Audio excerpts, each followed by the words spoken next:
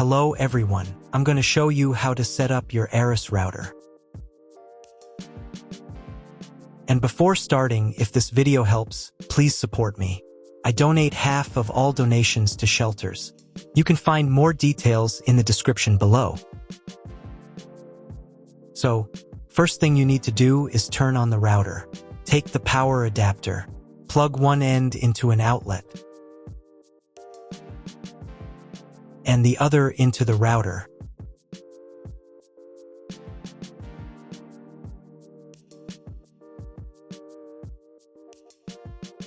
When the router is powered on, the light will turn on.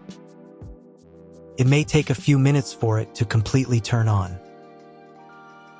Next, connect the cable from your broadband provider or from your modem to a special internet port.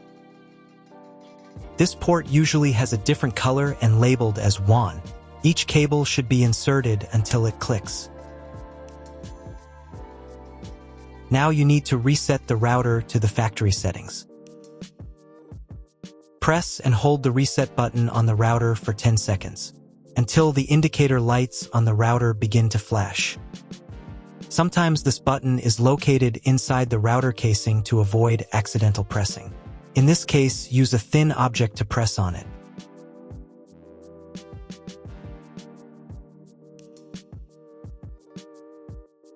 The router will reboot and the settings will return to the factory defaults. Insert one end of the Ethernet cable that comes with the router into one of the Ethernet port.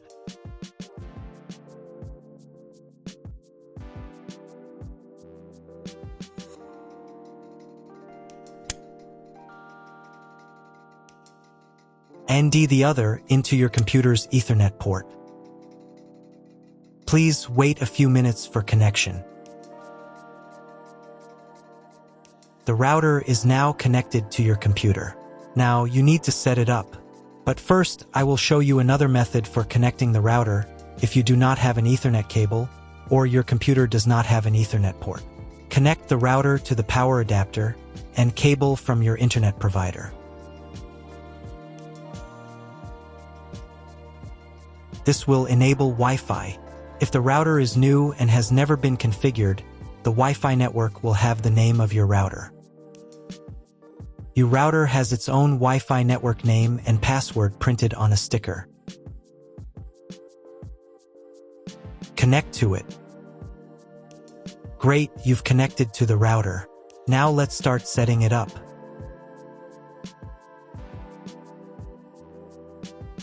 First, open your web browser and visit the URL you see on the screen. Use the URL bar instead of the search bar.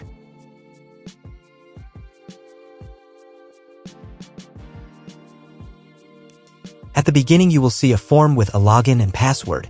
Usually, it is admin and password.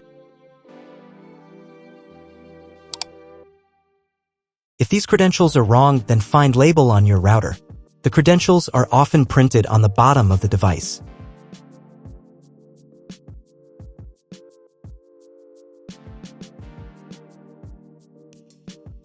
If none of this works, it means that your router has already been configured and someone has changed the login and password. If you can't find out the login credentials, just reset the router to factory settings. And then log into the router's personal cabinet using the standard credentials.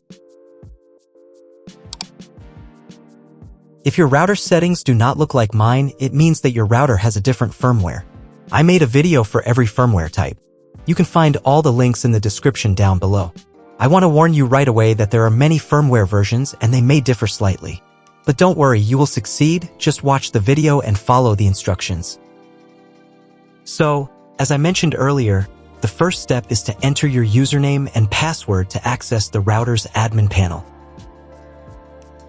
At this point, you'll also see an option to choose the language for the router's admin interface. You can select from several available languages depending on the model, but in this case, I'm going to leave it set to English. It's the default and most documentation supports it. Once you've entered the username and password and selected the language, click the Apply button to proceed. After that, a pop-up window may appear. This is a security prompt asking if you want to change the default login password for the admin panel. This step is extremely important for your security. Leaving the default password makes it easier for someone to access and change your network settings without permission. So I strongly recommend changing it. To do that, click right here to open the password change page. On this page, you'll see 3 fields. In the first field, enter your current password, the one you just used to log in. In the second field, type your new password. Make sure it's strong and hard to guess. And in the third field, retype your new password again to confirm it. The password must be at least 8 characters long, but ideally you should use a mix of letters, numbers, and symbols to make it more secure. You might also see a field labeled Login Timeout.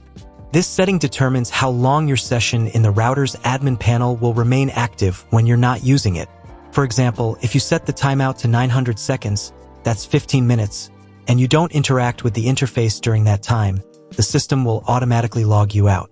This feature helps protect your router from unauthorized access in case you leave your computer unattended while logged in. Once you've made all the changes, click Apply to save them. Now, let's move on and change the Wi-Fi network name and password. To do this, go to the Basic Setup tab and then click on the menu option also called Basic Setup.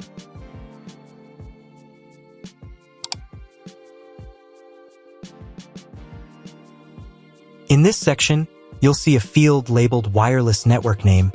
Here you can enter a custom name for your Wi-Fi network. This is the name that will appear when you search for Wi-Fi networks on your phone, laptop, or other devices. Right below that, there's another field called Wi-Fi Security Key. This is where you'll set the password that protects your wireless network. Just like the admin password, the Wi-Fi password must be at least 8 characters long, and it's best to include a combination of upper and lowercase letters, numbers, and symbols. If your router supports dual-band Wi-Fi, you'll see similar options for the 5 GHz network as well. You can change the name and password for that network too, or simply copy the same ones if you want all devices to connect automatically. If you don't need one of the bands, for example, if you want to disable the 2.4 GHz or 5 GHz network, you can do that here as well. Just uncheck the box next to the network you don't want to use. When you're done making changes, click the Apply button to save your new settings. You'll see a message saying, "Your settings are being saved." It may take up to 1 minute to write the settings. Please do not close the window or turn off your router while the settings are being applied. Once the settings are saved, your Wi-Fi connection will restart with the new name and password. If you were previously connected to the router via Wi-Fi, your device will be disconnected. Now you need to reconnect using the new Wi-Fi network name and password that you just set. Once reconnected, check if your internet connection is working. The easiest way to do this is to open a browser and try searching for something on Google. If the internet still isn't working, don't panic. Try restarting your router.